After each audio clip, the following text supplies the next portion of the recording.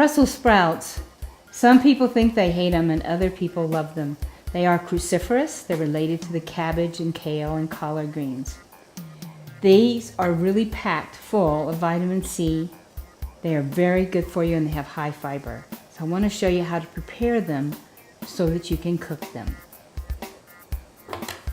Put them on the chopping board and you'll see at the end there is it's dark. And you want to cut those off, cut the very end off in a thin slice. And then some of the leaves will probably try to come off. Ooh, see the debris in here?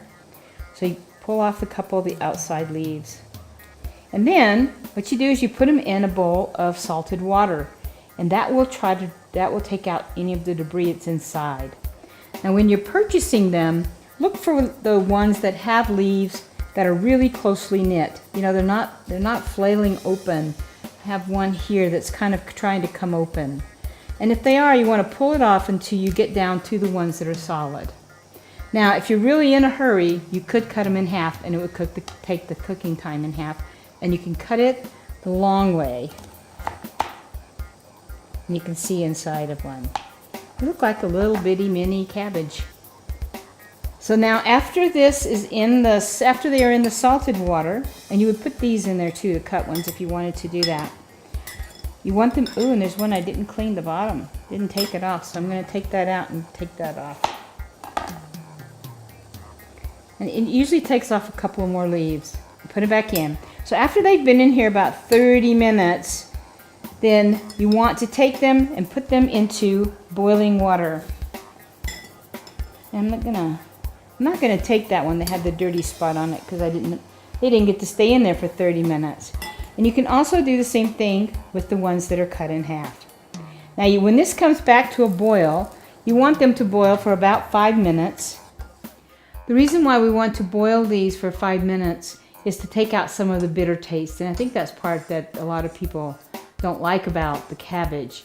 The other thing you want to notice is that I'm using a stainless steel pan. You should use stainless steel or glass because it has got sulfur in them. You also want to cut them with my stainless steel knife and use a stainless steel spoon to serve them. Now after this is boiled for about 5 minutes, we will want to drain them in a colander and then we will bring them back to a boil again.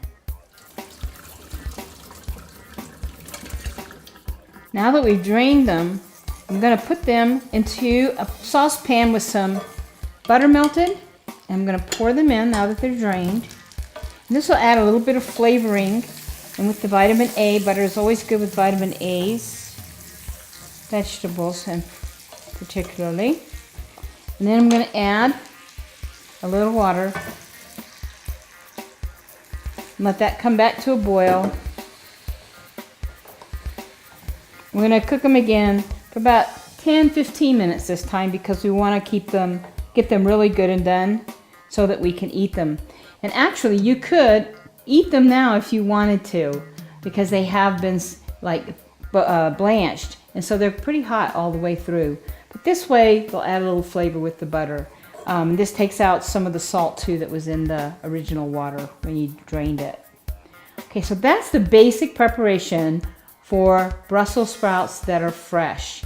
Now after this cooks about 15 minutes, then we can eat those. But the other way you can buy the Brussels sprouts is frozen. And I have some water boiling here. And the thing to remember about frozen Brussels sprouts is that you don't want to thaw them first. You want to take this and just open it up and pour them into boiling water with frost and all. They're frosty. They're hard as a rock. And we've got the water boiling here. And turn it up a little bit. We're just going to dump them into here. Now, as you'll notice, this bag said that it was a steamer bag. I personally haven't found them to be very tasty for the Brussels sprouts. So I have not gone that route to do that on a regular basis. So I'm going to put them, I just cook them like regular Brussels sprouts, the way we did before this was invented. Now some of these steamer bags are really good for other vegetables. I just haven't found it to be so for Brussels sprouts. And if you're one of the people that don't know for sure if you like them, don't use the steamer bags, do this first. So I'm going to put some into the water. And then you cook them 10 to 15 minutes, just like you would on the back. And what I do is I usually add a little butter to the water so that that will also be flavored, just like the ones on the back. So these are the same treatment for the same vegetable. Now, frozen Brussels sprouts taste almost exactly the same as fresh ones. So they are a good way to buy them frozen, to have them on hand when you need them in the future. Now, the vegetable has great source of folate. It's also very good with fiber. It's something that we should be adding to our diets. They are available in the early spring, from fall to early spring. And that's the time of year that the brassica family, which is the cabbages and the kale and the collard greens and a few extras. And actually, Brussels sprouts did originate in Brussels. That's why they're called Brussels sprouts. So that gives you the little history on it. Now, for those people who aren't so sure that they want to eat, where's my spoon? Oh, here it is.